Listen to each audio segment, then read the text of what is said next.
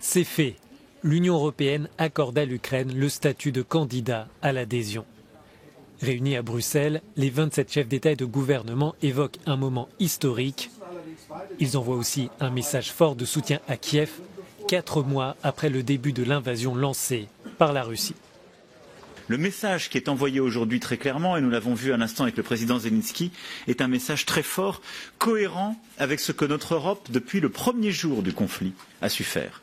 C'est-à-dire réagir de manière rapide, historique et unie. Par les sanctions, 2 jours après, à 6 reprises, par le soutien macroéconomique, militaire, financier à l'Ukraine, et maintenant par ce geste politique.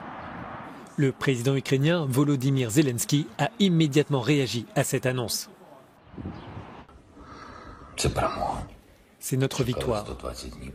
Nous l'attendions depuis 120 jours et pendant 30 ans. Nous allons battre l'ennemi et nous reposer.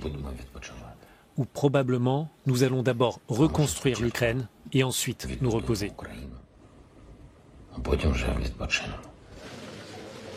Lors du sommet, les responsables européens ont aussi décidé d'accorder à la Moldavie le statut de candidat à l'adhésion.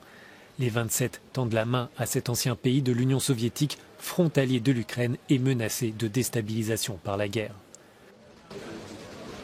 Depuis le début du conflit en Ukraine, l'Union presse le pas dans sa procédure de décision.